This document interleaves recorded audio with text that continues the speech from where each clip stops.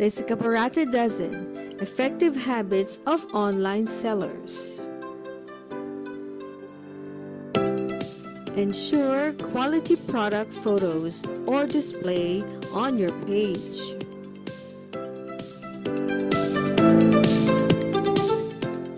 Keep your page updated, new products or service, design, and any new business information.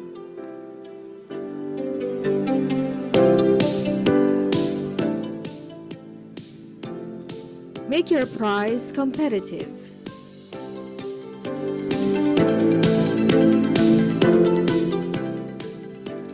Advise Escaparate immediately of changes.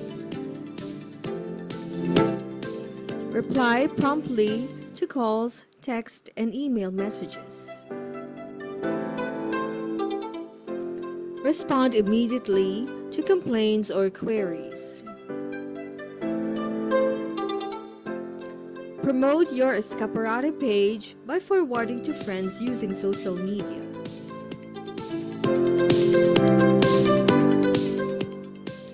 Visit the Escaparate website, including your page, every day.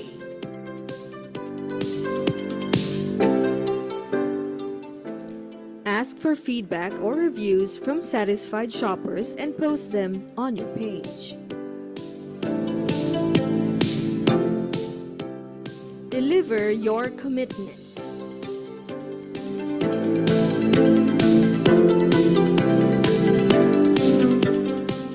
Never stop learning.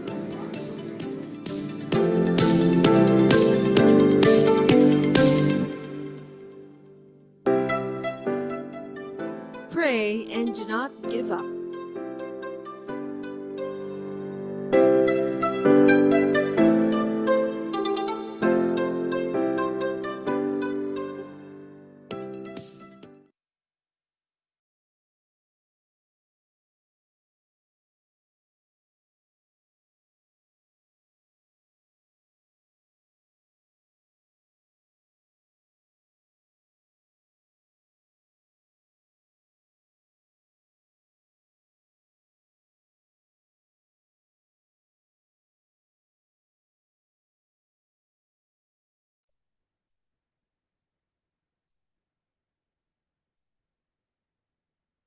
Po ay tayo manalangin sa ngalan ng Ama, ng Anak, Espiritu Santo. Amen. O aming Panginoon, ang pagsasama namin ito ay aming inihahandog sa iyo upang ikaw ay pasalamatan sa iyong walang hanggang awa na pinagkaloob mo sa amin. Dinadalangin namin na kami patuloy na gabayan sa aming mga hakbang at desisyon. Hinihiling din namin na gumaling ang lahat ng may sakit at bigyan mo ng mabuting kalusugan, pag-asa at lakas ang bawat isa. Basbasan ng kapayapaan ang aming mga puso at aming tahanan. Pagkalooban mo kami ng katalinuhan, sipag at pagtsatsaga na nararapat upang kami ay umunlad. Sumusuko kami sa iyong kalooban at hinahayaang sumikat ang iyong liwanag sa amin. Gabayan mo kami at ang aming tagapagsalita upang maging refleksyon mo at ng iyong pagmamahal sa amin. Ito ang aming pasalamat, aming hiling at aming panalangin sa ngalan ni Jesus, aming Panginoon. Amen.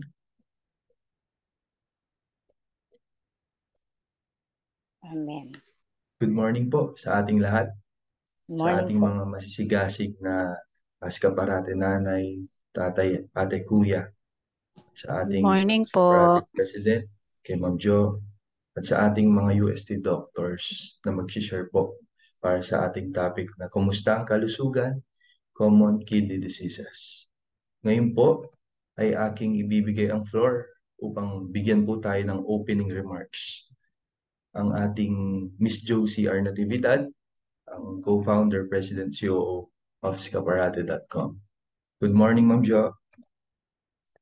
Good morning. Good morning. Thank you, Jomar. Good morning sa inyong lahat, mga Escaparate nanays. tatays, pati na rin sa ating mga health experts na mga doctors from USC Hospital.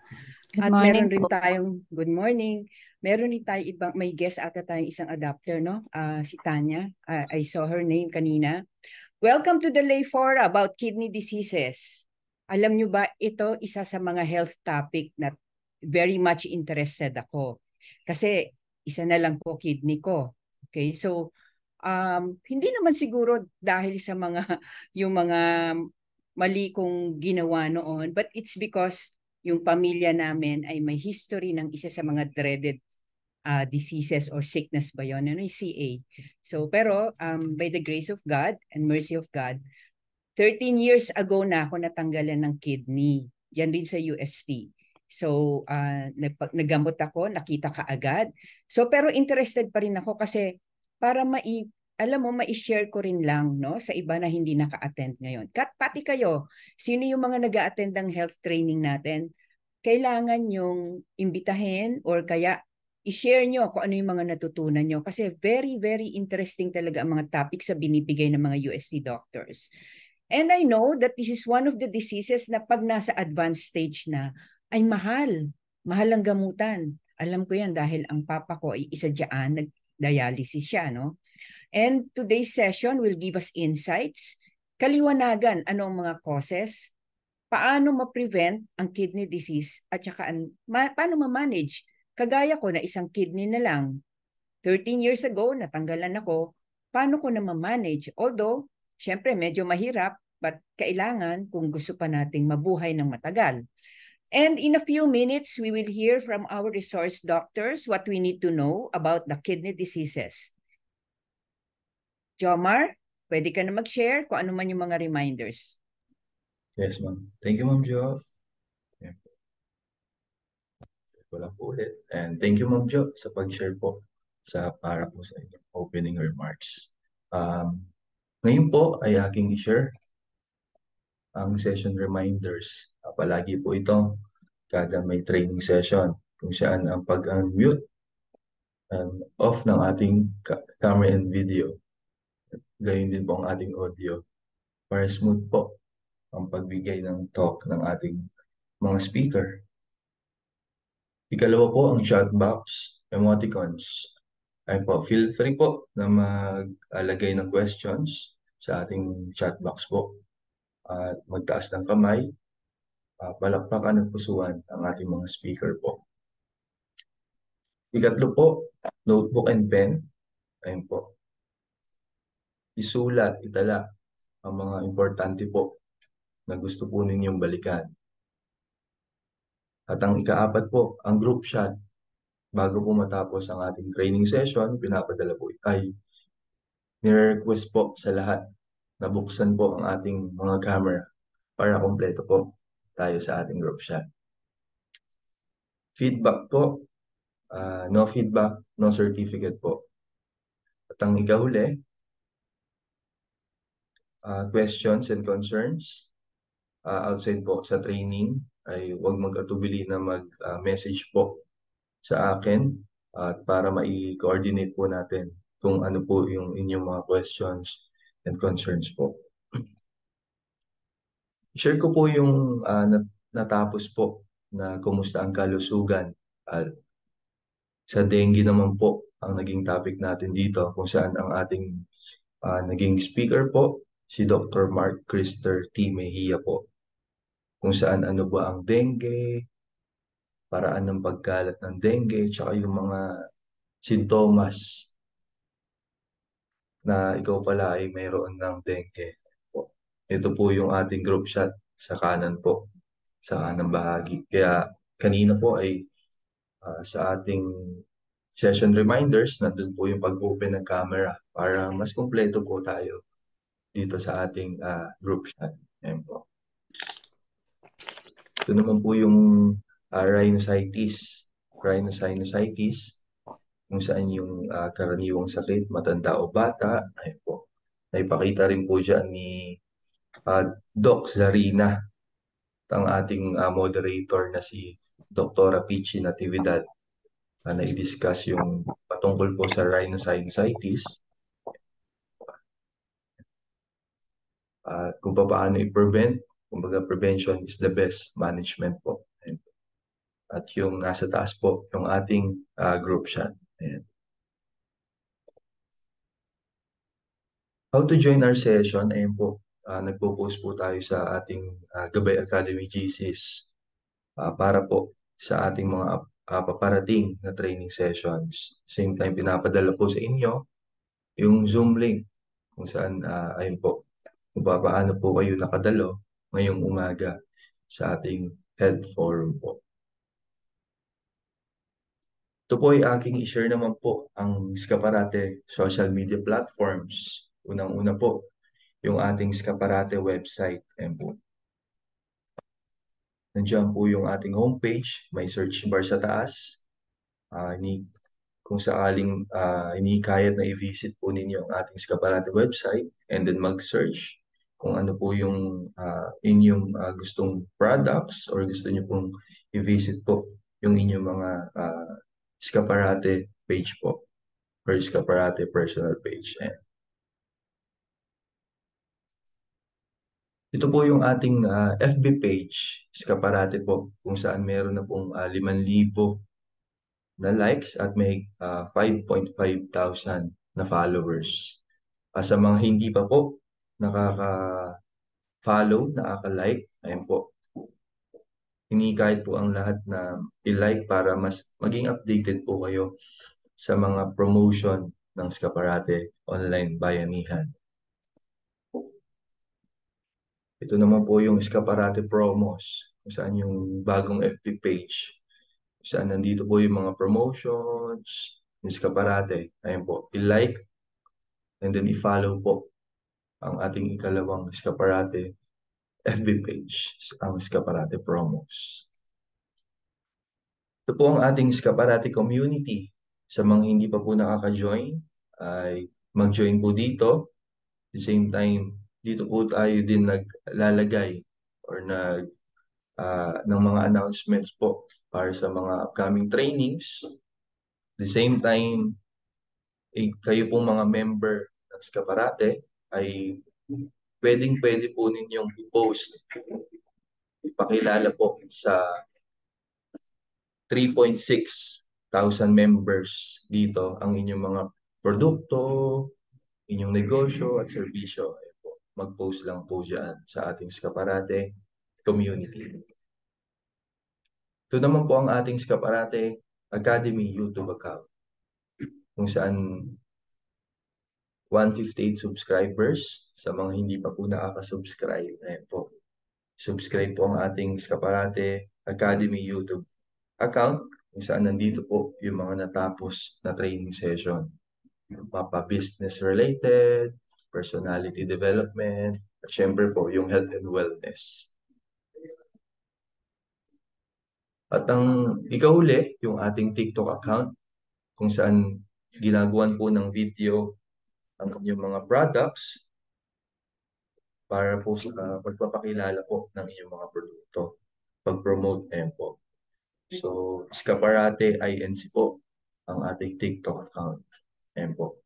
So muli, hinihikayat po ang lahat na i-like, i-follow, i-subscribe ang ating mga Skaparate social media accounts. Ayan po. Maraming salamat po. Ngayon po, para po sa pagpapakilala ng ating mga UST doctors, ibabalik ko po ang floor sa ating Ma'am Josie R. Natividad. Thank you, Jomar, for the reminders. Tandaan po nating lahat, mga nanay, mga tatay, ang ating mga reminders during training session natin. Okay, ngayon naman ay ito na inaantay natin malaman tungkol sa ano yung kidney disease, no? Ano ba yung cause? Paano siguro mapaprevent itong mga to at saka paano mag-manage? Lalo na kung wala ka ng isang kidney. And ang ating speaker actually ay isa na siyang nurse, ay isa pa siyang doctor. So she finished Bachelor of Science in Nursing sa University of Santo Tomas, at saka siya ay nag-graduate rin ng Doctor of Medicine from the UST Faculty of Medicine and Surgery, at nag-postgraduate intern rin siya sa UST. So tatlo Dalawa ang kanyang nurse na siya, doctor pa siya. So specialty niya ay sa kidney disease. Siya po ay si Dr. Madeline Dumalay Sevilla. Good morning po, Dr. Madeline. Welcome to Escaparate Training, and marami po kami matututunan sa inyo. Inaantay po namin talaga to. At ang magmo-moderate po sa atin ngayon ay si Dr. Tristan Victor Rayton Santos. Isa nating paborito rin to, no? Kagaya ni Dr. Mark. Siya rin ay isang nurse. Nag-graduate rin siya sa University of Santo Tomas, cum laude. At nag-graduate rin siya ng Doctor of Medicine from the UST also, Faculty of Medicine and Surgery, Emeritus. Currently a resident physician in the UST Hospital, Department of Family and Community Medicine. Good morning, Dr. Tristan. Welcome back dito Hello po, sa Ma'am Escaparate. Josie. Hello. Thank you so much, Ma'am Josie, and to all our Escaparate partners. Isa pong magandang Wednesday morning to everyone. Ayan, nako. Talagang go, go, go na ang mga doctors natin sa UST kahit maulan, ano? Sige po. Pwede na po tayo mag-umpisa. Maraming salamat sa inyo. Good morning po.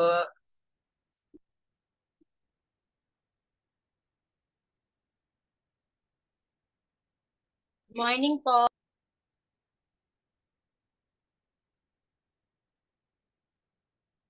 Kita naman po yung screen, no? Yes, Nicole.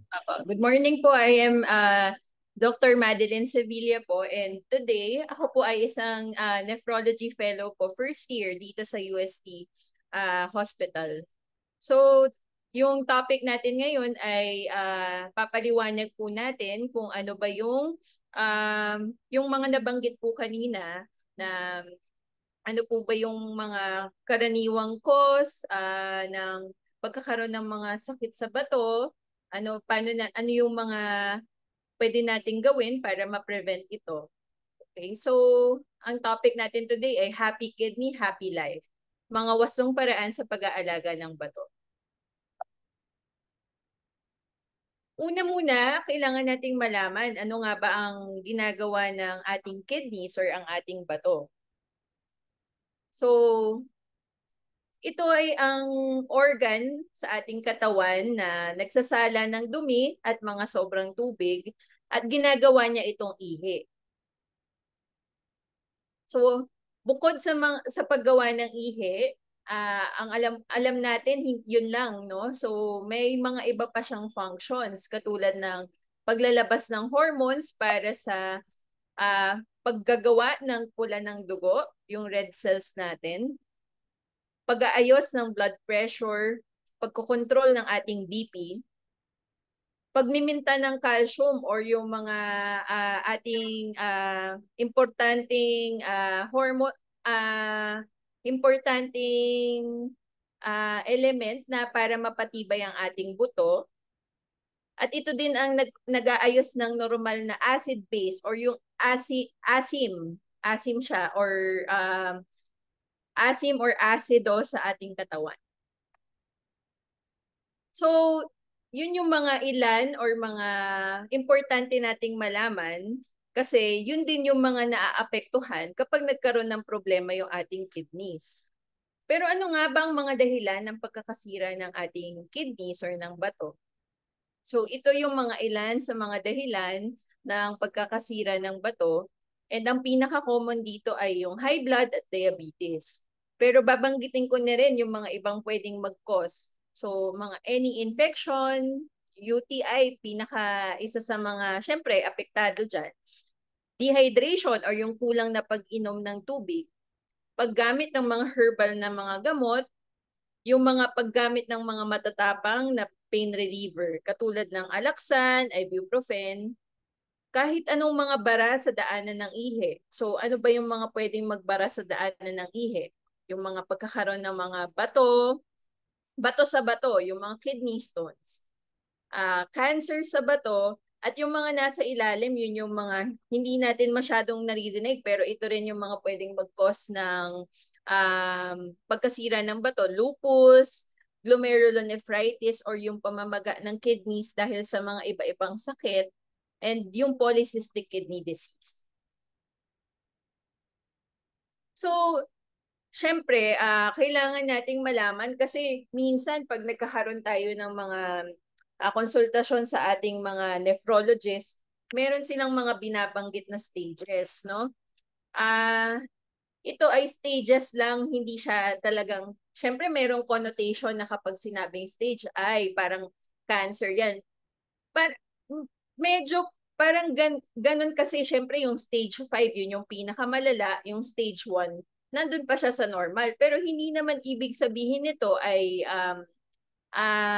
kumbaga dapat mag-worry, kaya nga tayo magpapa-check up sa mga doktor natin para matulungan tayong maalagaan or ma-prevent na mapunta siya dun sa mga later stage. So usually, yung stage 5, yun yung mga nakikita natin mga pasyente na nagda-dialysis na, ina-advise na mag-kidney transplant. Yun talaga yung mga yun yung mga pasyente na talagang pumalya na yung kanilang kidney or hindi na gumagana. So, ano ba yung mga paraan para malaman natin yung kung may problema tayo sa kidneys?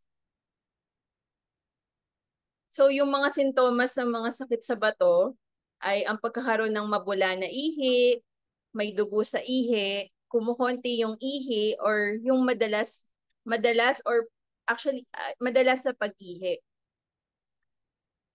So, ano ba yung mga pinapa-request para malaman natin kung meron tayong sakit sa bato?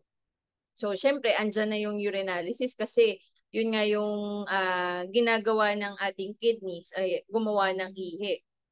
Isa pang pwede natin ipa-request ay yung CBC kasi nga ang kidney ay nagpo-produce ng hormones na makakatulong para sa paggawa ng pula ng dugo. So, yung mga may sakit sa kidney, lalo na yung mga later stages, ay usually meron rin silang anemia.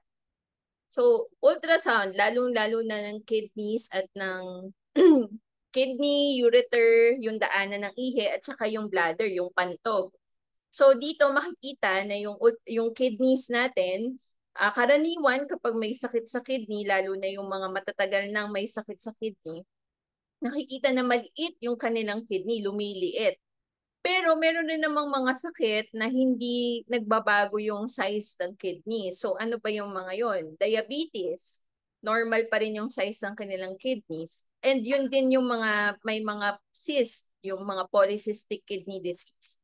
Pero yung sa mga ibang sakit, kapag nagkaroon na sila ng chronic na problema sa kidney, lumiliit ang kanilang kidneys. At yun ay nakikita sa ultrasound. Ang isa pang pwede natin ipa-request, at ito rin yung isa sa mga pinaka-importanting mga pinapa-request natin para malaman kung may sakit na tayo sa kidney, ay yung creatinine. So, pag tumaas ito din ay senyales na may problema talaga yung kidneys natin. Other laboratories o yung mga blood test na pinapagawa ay yung potassium, calcium, phosphorus, na pwedeng tumaas kapag may problema na sa kidneys. Yung uric acid, fasting blood sugar, at HbA1c, ito ay dahil related nga yung mga sakit sa kidney sa mga problema katulad ng gout, diabetes. So kung hindi controlled yung mga yun, pwede niya maapektuhan yung ating kidneys.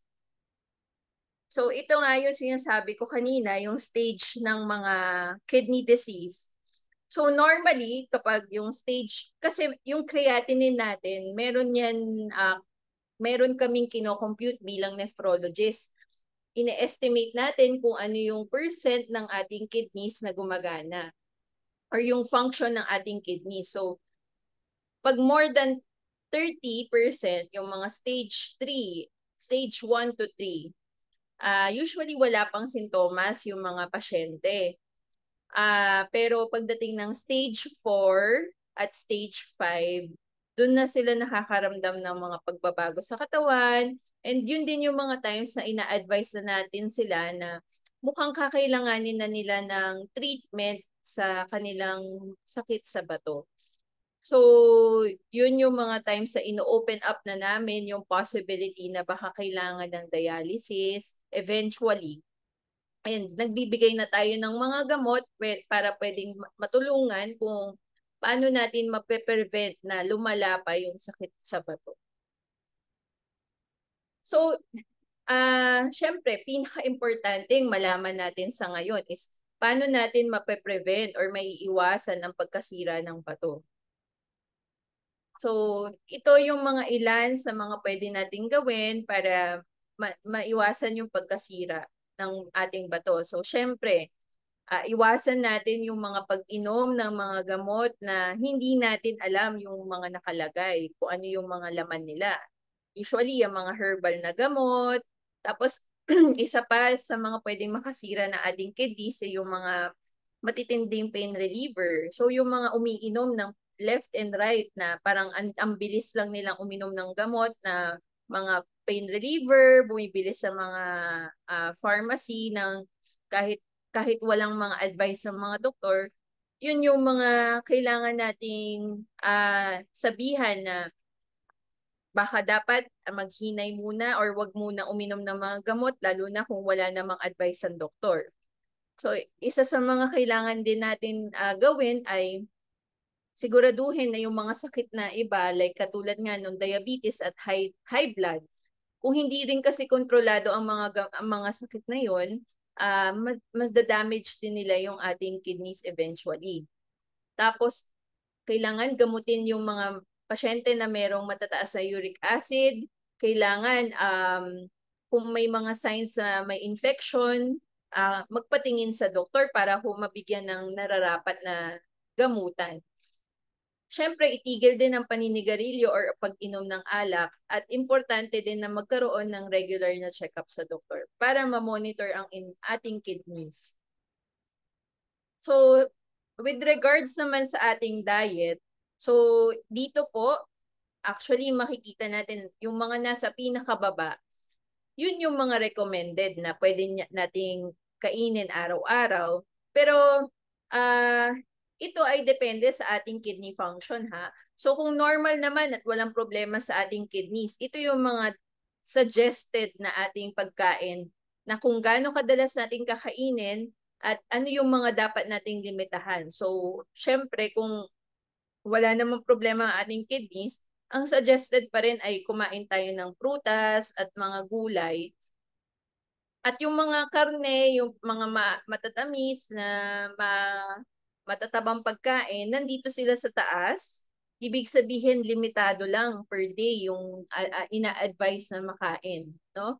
So, kailangan talagang balance din yung diet. So, hindi lang dun sa mga nabanggit kanina, pero importante din ang diet at exercise.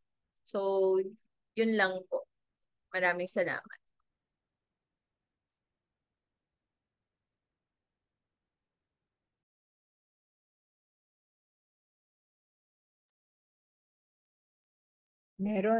Open na tayo sa ano?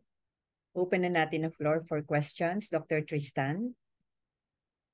Salamat po, Ma'am Josie. And thank you very much po, Dr. Madeline Sevilla, sa isang napakamakabuluhan and very enriching na lecture about the common kidney diseases and the chronic kidney diseases.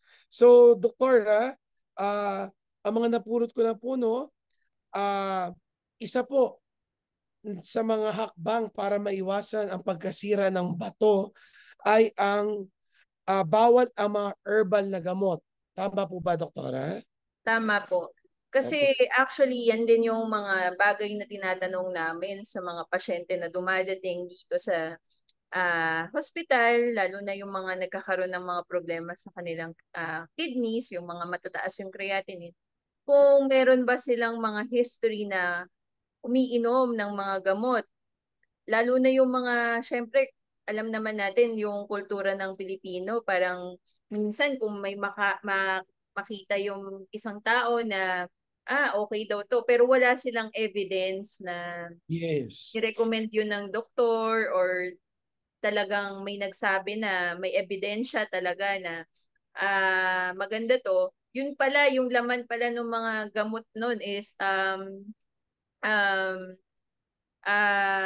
puro mga herbal na mga gamot, mga laman na hindi natin alam kung kasi 'di ba isa sa mga function ng ating kidneys ay talagang maglinis ng katawan. So kung yung parte ng gamot na yun ay dadaan sa kidneys na hindi natin alam kung paano ba siya talaga nililinis, paano siya na-metabolize ng kidneys, pwede niyang masira talaga yung kidneys later on, lalo na kung matagal niyong iniinom. Karamihan doktora, no, yung mga na-encounter ko rin sa OPD namin sa family medicine, ang palaging misconception ng mga pasyente, Doc, herbal naman yun di ba? Kasi parang yun yung nakikita nila sa mga Facebook posts, sa mga commercial sa TV. Ang maganda kasi yung rebranding.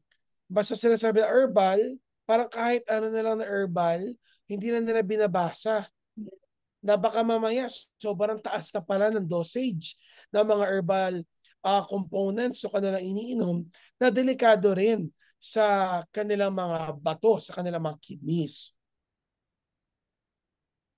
Actually, very ano siya kahit anong gamot, basically, lalo na kung nandun yung mga risk factors mo Yes. na magkaroon ka ng problema sa kidneys, ano nga ba yun?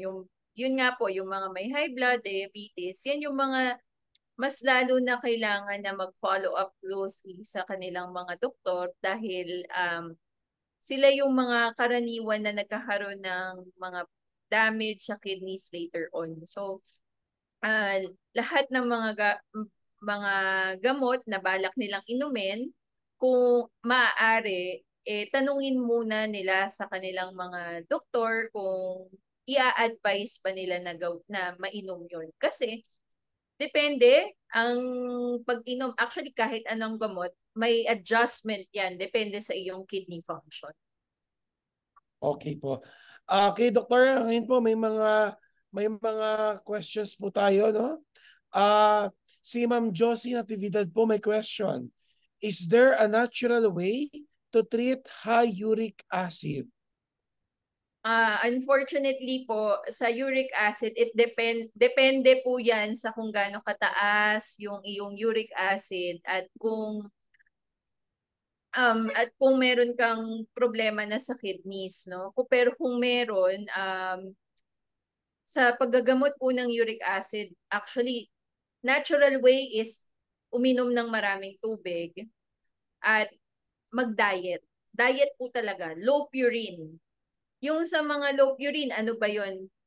Isang misconception is akala natin munggo is nagkukos ng pagtaas ng uric acid. Hindi po. Ano ba yung mga common na nagkukos ng pagtaas ng uric acid? Yung karne ng baboy, baka, mga lamang loob. Yun. Actually, pwede naman, since may access na tayo sa um, information through the internet, pwede nating makita dyan kung ano yung mga low purine diet. Unfortunately, yun lang po yung natural way to, hindi siya talaga treatment, but more of prevention. As for the treatment, wala pong natural way, talagang medication po as advised by your nephrologist or other attending physicians. Okay. Thank you so much po, Doktora. So, Doktora, meron tayong nagre-raise ng hand. Si Ma'am Anita P. Fernan. Ma'am Anita, ano pong tanong nyo kay Doktora Madeline Sevilla? Good morning po. Morning po. Tanong ko lang po, Dok, kasi ako may diabetes. 6.7 yung nung nagpa-laboratory ako last year. Apo. Tapos, sumabay po yung aking yung osteoarthritis ko. Kaya hindi ako makalakad simula nung 2022. Nakalakad ako pero yung banghak-banghakbang na may tungkod, may walker, ganyan. Tapos, ngayon pong 2023, yun naman pong kaliwa. Kaya kumbaga parehas na yung dalawa kong tuhod. Tapos, ang nireseta po sa akin ng doktor, yung pong glucosamine. Yung glucosamine po, binigay niya sa akin yun. Tapos yung ibang gamot na yun nga kontrolado yun sa pain reliever. Ngayon, ang tanong ko po, kasi hindi na ako nakabalik kay doktor. Ngayon, yung glucosamine na pinakita ko sa kanya, yung sumakit po yung kaliwa kong tuhod na umatake na hindi ako makatayo, ginamit ko pa rin po. Tapos ngayon, medyo nakakatayo-tayo ako. Ang tanong ko po, delikado po ba sa kidney ko yon kahit hindi ko na tinanong ulit doon sa doktor ko? Yung glucosamine po, no, ito po, tinitingnan ko siya. I think ano siya no? Herbal po siya, tama po? Opo. Parang food Oh. supplement ang dating eh. Food supplement. Actually po, sorry, hindi po kasi ako masyadong aware doon sa pinakalaman ng glucosamine, no? And hindi ko rin alam po kung ano yung current yung kidney function. Pero I think ang ano po diyan ay ang pinaka best pa rin po is talagang iwasan muna natin, lalo na kung hindi tayo aware sa inyong kidney function. Although di ko po alam talaga kung ano yung laman nung gamot po na yun Opo. So kung sasabayan nyo pa po ng pain reliever, medyo ano po bang pain reliever yung binigay po sa inyo? Dati po may binigay sa akin pain reliever yung prednisone yata yon. Saka yung parang prednisone yata yon. Steroid po yung prednisone pero ayun po, kailangan din po may talagang close na follow-up po kasi yung mga bagay na yung mga gamot po na yon nirerekomenda po nila lang over a period of time.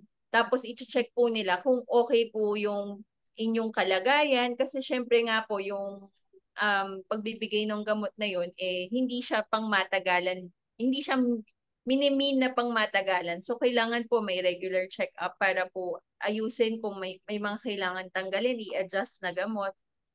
Depende po sa inyong laboratory din po actually.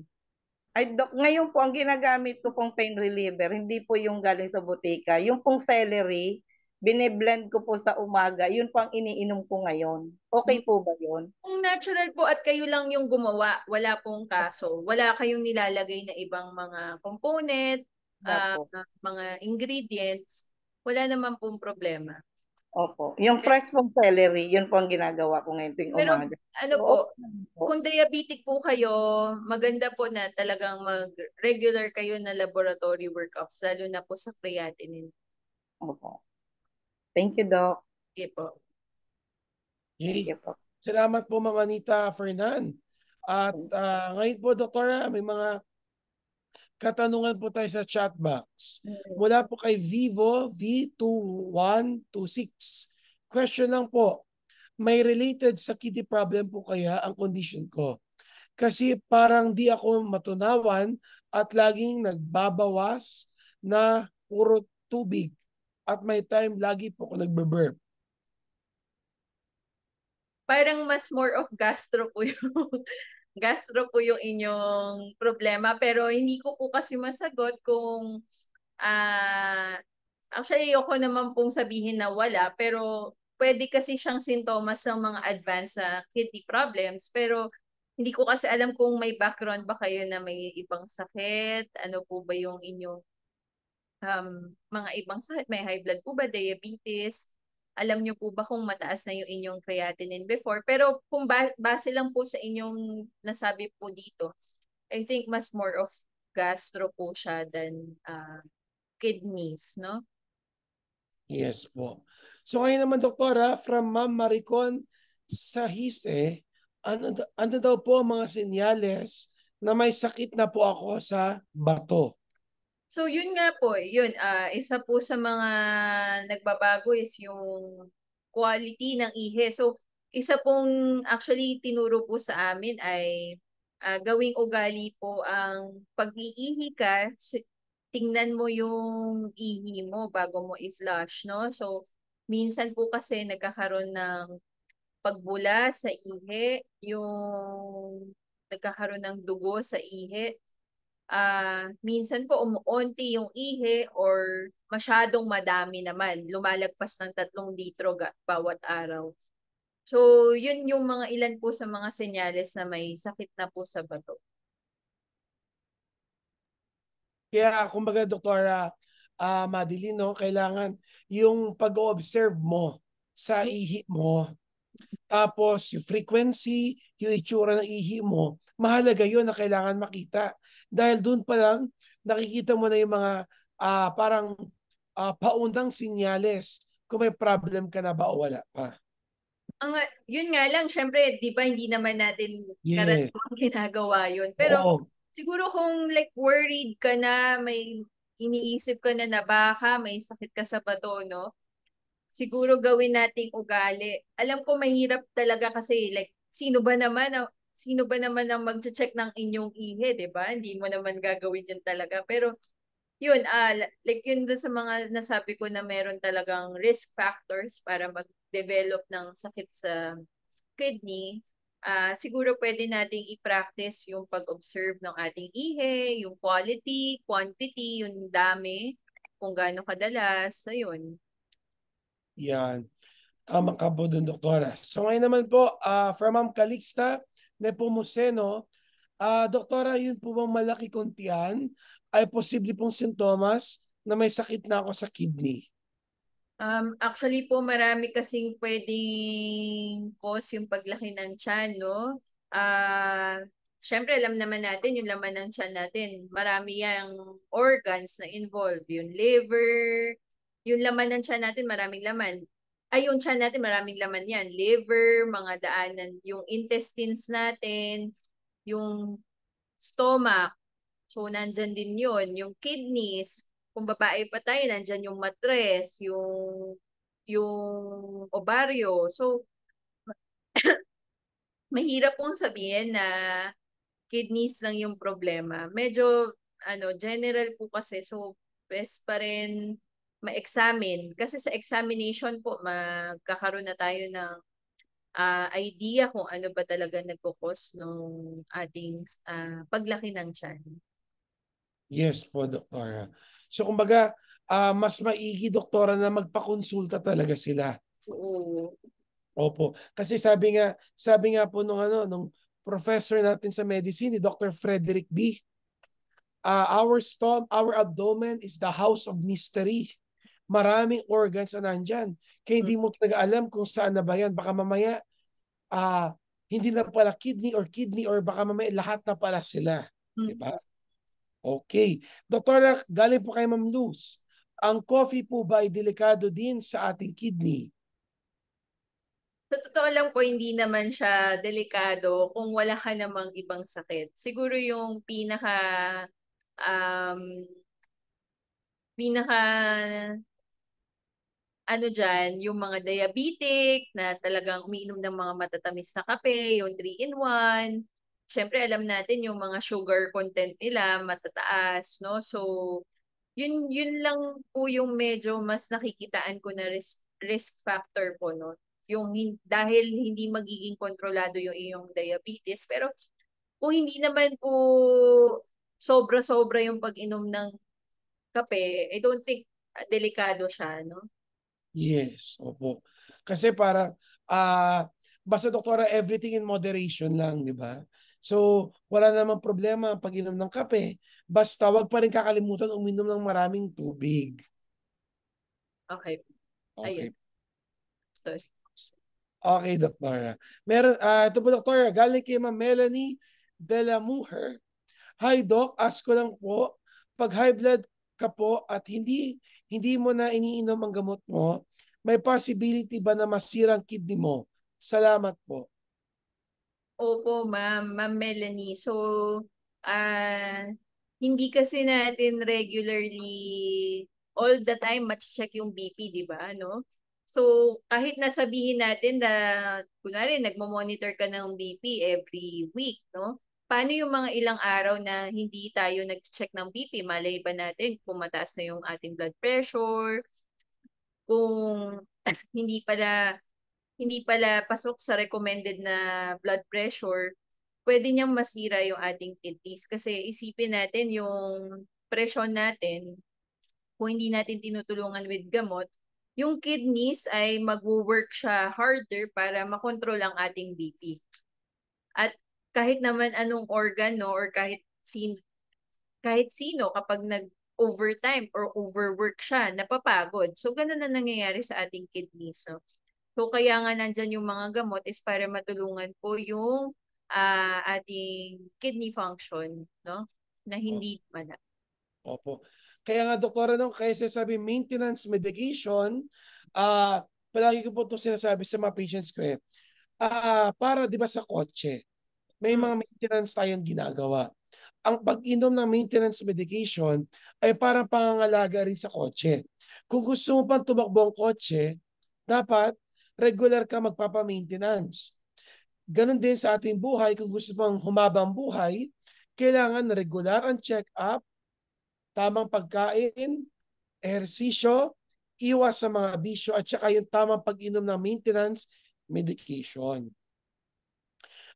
Dr. Madeline, isa pa po, no, na tanong, from Veronica Abrigo. Hi po, doktora. Pag mataas po yung uric acid, ibig sabihin may gout na po ba ako? May level po yan ng, actually, depende po talaga, no? Yung paggagamutan natin ng gout, depende po kung meron na rin problema sa kidneys. Pero karaniwan naman po, kung wala kang sintomas ng mga pagsakit ng kasukasuan, hindi namamaga yung ating mga joints, ganun, hindi natin matatawag na gouty attack, no? So, hindi natin kailangan maggamutan naman pag ganun. Ina-advise lang natin na uminom ng maraming tubig at mag-monitor ng level siguro after ilang months. Tapos, kasama po doon yung diet, no? Salamat po, doktora.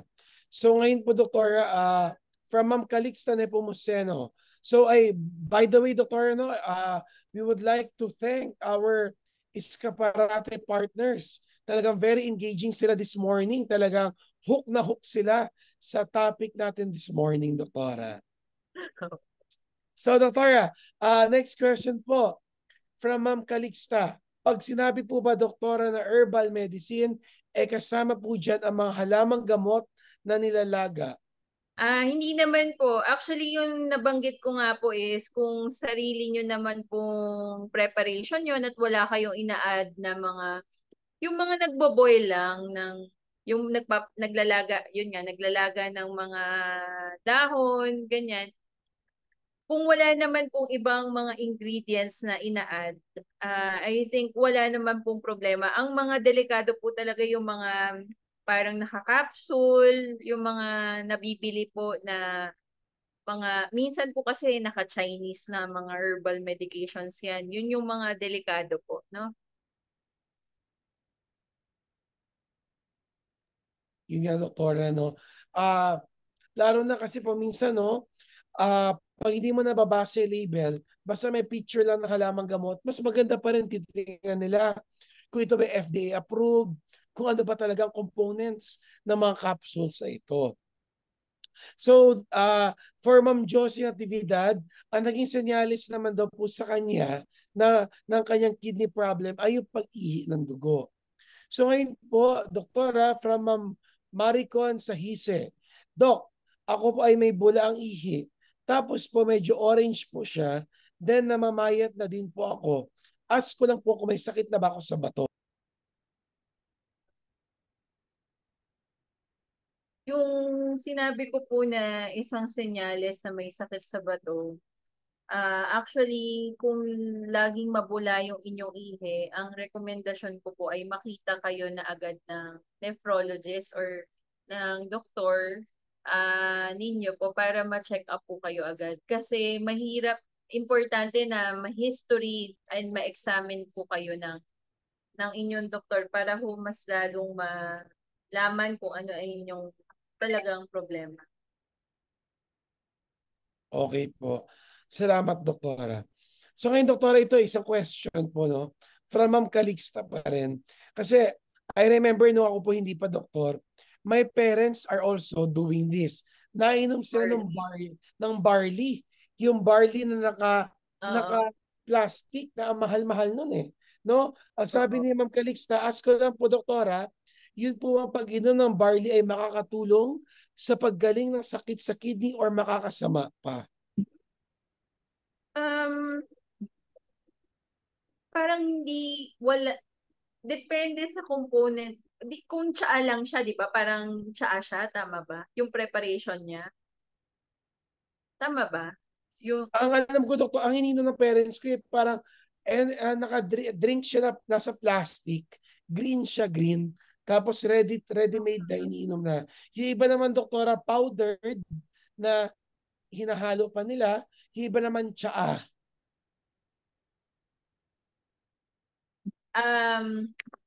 eh, basahin ko po muna yan kasi actually honestly, hindi ko po masyado na-encounter yung barley eh. Pero siguro po sabihin ko na lang kay Dr.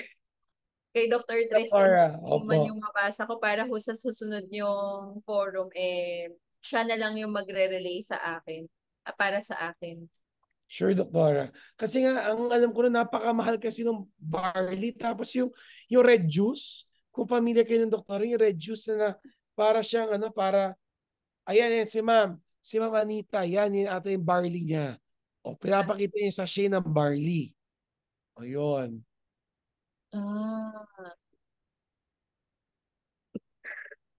Wala po kasi akong pasyente dito na umiinom ng barley, ma'am. Kaya parang ang hirap, parang tingin ko po, mahirap sabihin kung okay, kung pwede ba siya, Opo. kung nakakatulong siya sa kidneys. Basta, pero Doktora, nakalagay kasi doon, para no approved therapeutic claims. So lahat naman halos ng mga ganyan, nakalagay no approved therapeutic claims. Pero pa magbabasa ka ng mga print ads nila, para mapapabili ka talaga, di ba? Mga testimony nila. Yan nga ang problema, no? Kasi ano siya tingin ko yung maganda yung marketing ng mga food supplements. So parang naiengganyo yung mga tao na bumili. So, kailangan maging maingat din talaga tayo sa mga napapanood natin. Piliin natin kung ano yung mga pwede nating gamitin para sa sarili natin. Ngayon, kung tayo yung mga pasyente na meron na tayong ibang sakit, I think mas maging maingat tayo. Mas maging metikuloso tayo sa mga iinumin natin. Kasi nga, kailangan magtanong muna tayo sa ating doktor kung pwede ba siya. No? Unfortunately, hindi ko pa kasi masyado na-encounter yung barley. Kaya magbabasa po muna ako tungkol doon para ko masagot ko yung inyong tanong kung ano ba kung recommended ba siya sa mga pasyente at kung nakaka-improve siya ng kidney function. No? Yes. Yan. Thank you so much po, Doktora. Doktora, another question po, no, from Ma'am Carol Ongsho. Ano daw po ang karaniwang kulay ng ihi kung may sakit ka na sa kidney? Sa ihi naman po, karaniwan kasi yung kung makikita mo na parang tsaa yung kulay, iced tea. Yun yung mga, or talagang gross na talagang pulang-pula yung ihi or medyo mapula yung ihi. Yun yung medyo mag-worry cause na pwedeng meron kang problema talaga sa kidneys, infection, or yun nga, yung pagdudugo sa ihi is sign na meron sakit sa bato. So, kailangan mo magpa-check up. Pag ganun. Opo. So, ngayon naman, Doktora, from Ma'am Penita. Hi, Doc. Yung pag-inom ng garlic and ginger tea with calamansi ay okay po ba sa kidney? Tingin ko okay lang naman ho siya. Kung wala siyang ibang halong ingredients. Okay po. Kasi po 'di ba, kalimitan sa sa mga provinces natin, ginger sa labat, no? Tsaka yung garlic tea. Paminsan nga po tanglad pa, 'di ba? Tanglad. Tapos yung mga tanglad lemongrass 'yon. Lemongrass, oh. Yes. Ngayon, Doktora, may question po tayo from Maricon sa Hise ulit. di pa po ako nagpapatingin kahit kanino. Saan po ba ako dapat magpatingin? I think pwede na po kayong dumiretso sa mga nephrologists na po. Kung talagang ang napapansin yung sintomas ay mabula yung inyong ihi at iba na yung kulay, pwede na po kayong magpatingin ng directly sa mga nephrologists po. Sabi nga po, di ba, ni Susan Roses, no? Huwag mahihiyang magtanong. Oo, di ba, doktora? Kasi palagi ko po yung sinasabi rin eh. Kasi paminsan, itong herbal na to, effective sa kapitbahay mo, kay Pedro, para gumaling. Pero sa'yo, hindi siya effective. Kaya, para mas humaba pa yung buhay natin, talaga mas maganda magpakonsulta sa ating mga doktor. Yung mga doctor of medicine. Kasi alam ko may iba't ibang mga tao na nagpapakilala na sila ay mga doktor pero hindi naman talaga sila doktor.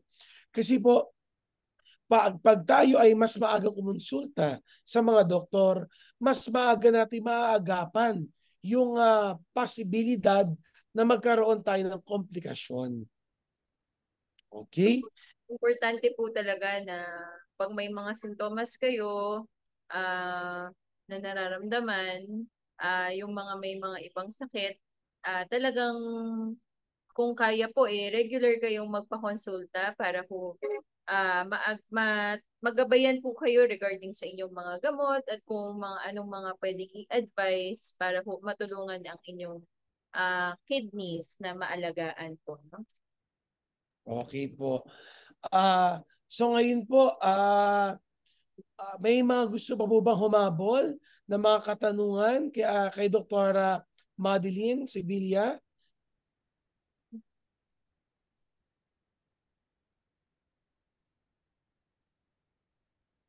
Okay. Mga nagpapasalamat na po sila. So,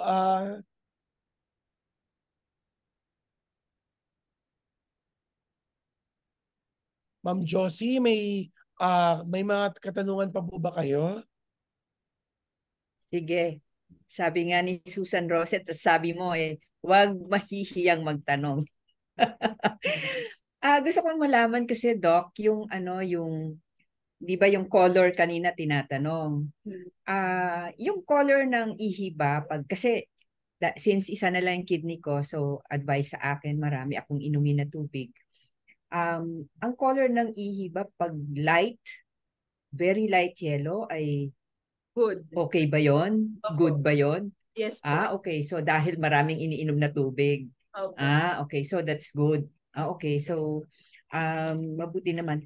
Tapos Doc, balikan ko yung uric acid kasi yung high uric acid ko, yung huli ako nagpatingin. Yun na nga, hindi ako binigyan na ng gamot. Sabi lang sa akin, diet. Syempre, worried ako, masyado akong takot sa mga sa mga sakit-sakit. Worried ako kasi ano ba yung pwede kong gawin. Kaya ako natanong ano yung natural way kasi sabi nung nephro ko na wag na lang hindi niya na ako bibigyan kasi hindi naman ganon kataas ang level ng uric acid. So even yung kunyari yung mga ibang markers like yung HB1AC, pag nandoon ako sa borderline, hindi ako binigyan ever since. Sabi niya, diet lang, exercise, ganon. Pero worried lang ako doon sa high uric acid. Yun. Kaya ako tinanong yun, doktora. Yun. Actually, ma'am, tama naman yung recommendation. No? Meron talagang certain level of kidney function at certain level of uric acid kung saan tayo magagamot. No? Pero karaniwan po, ayaw natin na magbibigay talaga ng gamot. As much as possible, ayaw natin na maraming gamot ang ibigay po dun sa mga taong hindi naman nila kailangan. No? Kung lalo na kung pwede pong hindi kung pwede namang mag-diet or yun nga, yung mga advice, medical advice, para kung maiwasan din natin na para maraming iniinom yung mga pasyente and yun nga po, meron yung mga guidelines kung anong level po tayo magsisimula ng gamutan. Okay, sige. Thank you, Doktora. Sige po. So, yun na nga lang, syempre, ninenervyos na naman ako pag magpapatingin. Baka ano. Mag-monitor So, lang po, talagang monitoring lang ng blood test, kung ilang buwan po kayo, every ilang buwan kayo nagpapa-test. Ayun po. okay, sige. Thank you po, Doktora. Thank you. So, thank you, May Dr. mga Tristan. humabol. Yes. Welcome po, Ma'am Josie. May mga humabol pa po, Doktora, na mga katanungan. Kay Ma'am Penita pa rin po, no? Dok, yung po sa pananakit ng balakang, ay cause rin po ba yun ng mataas na uric acid? Mahirap masabi po kung ano yung balakang, anong klase po ng sakit ng balakang nyo. Siguro po kung ganyan, pwede nyo ipa-check man lang yung kahit urinalysis po, no? Para masigurado natin kasi maraming pwedeng mag-cause yan eh. Actually, UTI, pwede po yung mag-cause. Yung muscle lang mismo, pwede siyang sumakit. So, um, hindi ko po masagot base lang dun sa kung ano yung nabigay nyo po no, na information. Pero, yun, marami po kasing pwedeng mag-cause ng pananakit ng balakang. Kaya mainam pa rin, makita kayo para ma-examine kayo ng mabuti. Alam ko, naging uso kasi yung teleconsultation, no? Pero ang kainaman lang po talaga na may nakakakita sa inyo is yung ma-examine kayo ng mas meticuloso, no, na ma-check yung sintomas nyo. At kung hindi natin kailangan magpagawa ng mga unnecessary na test, maiiwasan, no? So, yun lang po. Maganda pa rin makita ho kayo ng doktor po. Okay. Doktora, from Ma'am Jennifer Ramos, Doktora, sintomas po ba ng sakit sa kidney, yung bloated ka at masakit yung ibabaw ng sikmura sa kanang bahagi? Parang ano po siya, gastro po na problema. Sa ngayon dun sa ano po, information na yon, mukhang better po siguro na ma-check din kayo ng gastro po before natin isipin yung problema sa kidneys. No? Okay. So, thank you so much po, Doktora. Okay. So, mukhang wala na pong mga katanungan tayo. At may Doktora. Yan po. Mga nasagot na po natin lahat. So, congratulations sa ating mga Escaparate partners for participating very actively sa ating lay forum ngayong umagang ito. Yun po. Thank you, Doktora Madeline and Dr. Tristan. Thank you rin at nagpapasalamat kami at yung topic natin ngayon, very engaging talaga para sa mga nanay natin. Ano? And yan kasi ang gusto namin kasi syempre alam mo naman, pag Escaparate community, it's a community. So nagtatanungan, nagtutulungan, lalong-lalo na itong health topics natin na binibigay sa mga nanay at tatay. Yan ang isang sa mga very engaging. Of course, meron pang iba mga sa business, no? Pero since ito ay it relates to any one of us, kahit hindi sa atin, sa ating mga kamag-anak, sa ating mahal sa buhay. So parang interesado tayong lahat. Okay, ngayon natapos ang ating pagsasabi sa atin ng mga causes, preventions, at saka ano na rin ang mga dapat gawin. Bigyan naman natin ngayon ng Certificate of Appreciation si Dr. Madeline Sevilla, RN, MD, for conducting the talk on Kamusta ang Kalusugan? Common Kidney Diseases. Given today, August 30, at DMG Center, Mandaluyong, signed by Iris Jomar Santos and myself. Okay, palakpakan naman natin si Dr. Madeline. Thank you, Doktora. And a certificate of appreciation also to Dr. Tristan Victor Santos, RN, MD, for moderating the session on Kamusta ang Kalusugan? Common Kidney Diseases, given today, August 30, at DMG Center, signed by Jomar Santos and myself. Ayan, so aabangan namin ulit ang mga susunod na mga trainings natin.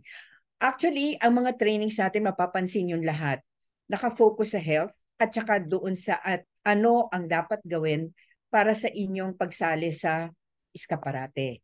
So yun na po ang aming mga binibigyan ng pansin ngayon. Abangan po natin, pero hindi nyo po makikita minsan sa mga iskaparate, post, kundi sa mga group chats. Okay. Sige. So, Ayun po. Yes, ano ma'am. yung susunod? Okay. Bali po ang group chat na po. Ayan po. So, sa lahat po ay kaya atin ko po ang lahat na buksan po ang ating mga camera. Ayan.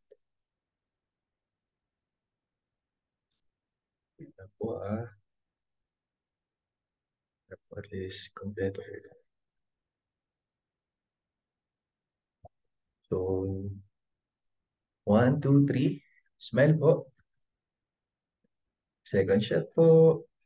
1, 2, 3. Smile. Last po. Ayan. 1, 2, 3. Smile. So, ayan po. Maraming salamat po sa lahat, sa ating mga Skaparate members, sa ating mga doctors. Talaga naman pong napuno ang ating chat box, na-engage at masaya po kami ang Skaparate family po sa isa na naman pong health forum kasama po kayo ang mga UST doctors po. Ayan po. So may i-add pa po kayo, Ma'am Jo? Wala na. Okay po. Magpapasalamat rin ako sa mga ating mga nanay dito, tsaka mga tatay, at tsaka sa adapter, no, si Tanya. Anyway, abangan po natin, magkakaroon na po tayo ng celebration, online celebration for our 3rd anniversary, September 8. 3rd anniversary na po ng Iskaparate. So, dumating na po tayo sa actually kalagitnaan. Yes, salamat sa inyong lahat. Kayo po ang naging isang malaking factor sa pagiging success ng Iskaparate. Pero gusto natin yung talagang hindi lang success, very successful. Kasama na rin ang ating mga doctors. Salamat at kayo ay kasama namin sa journey para maging successful ang aming advocacy para tulungan ang mga nanay at tatay na nawala ng pagkakakitaan ng pandemic. Okay, abangan po natin actually lumabas na sa Iskaparate community ang ating anniversary, 3rd year anniversary. September 8 po, online celebration, and together with merong art workshop na i-offer ang kami, Iskaparate, at saka ang DTI, PTTC, para sa mga artist ng Iskaparate at iba pang gustong sumali. So, abangan po natin ang announcement ng art workshop for September 8. Thank you and have a good day. Thank you po. Thank you, ma'am. Thank you, so much, everyone. Ma'am Josie, Sir Jomar. Bye-bye. Thank you po. Bye-bye po. God bless po sa lahat.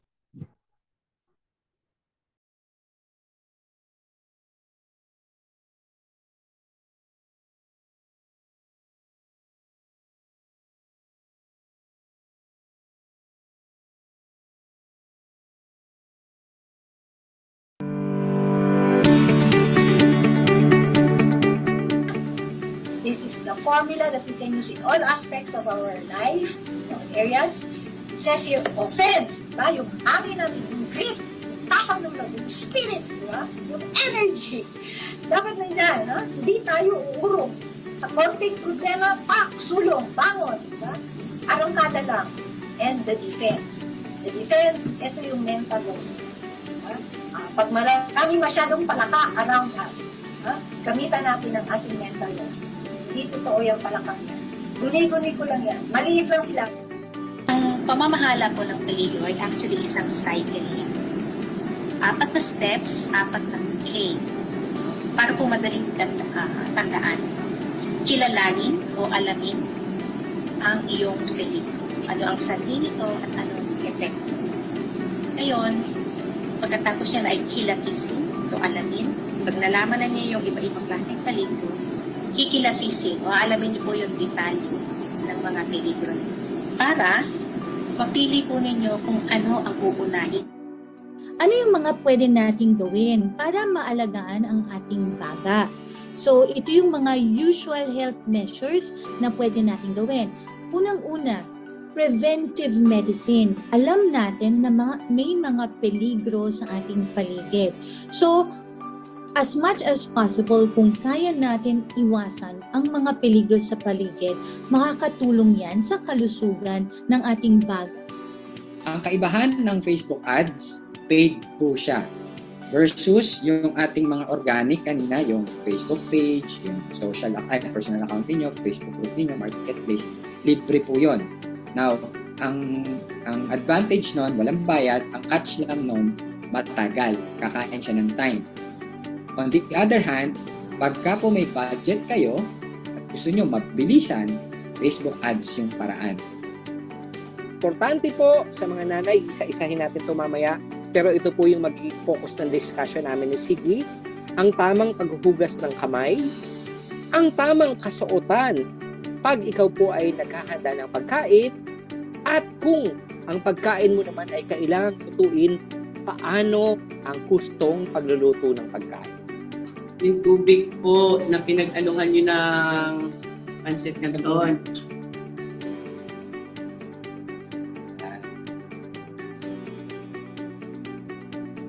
Okay, iwan po natin to sa camera ng isang oras.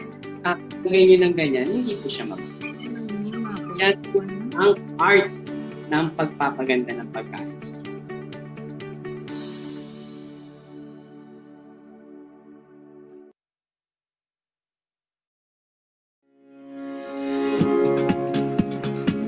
Escaparate.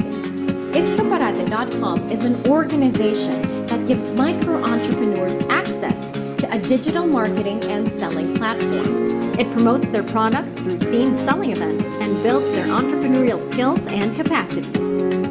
Escaparate hosts its own e-commerce website that sits on Shopify, one of the fastest growing online marketplaces in the world. In addition, the company has chat commerce capability and is present in the marketplace platform of Gcash. Product promotion is carried out through social media assets like Facebook, Instagram, LinkedIn, YouTube, TikTok, and other popular messaging platforms. Capacity building is carried through the Escaparate Academy. There are thousands of micro-entrepreneurs being assisted in various ways by Escaparate.com. Step into our joyful marketplace and discover the magic of buying local products with Escaparate.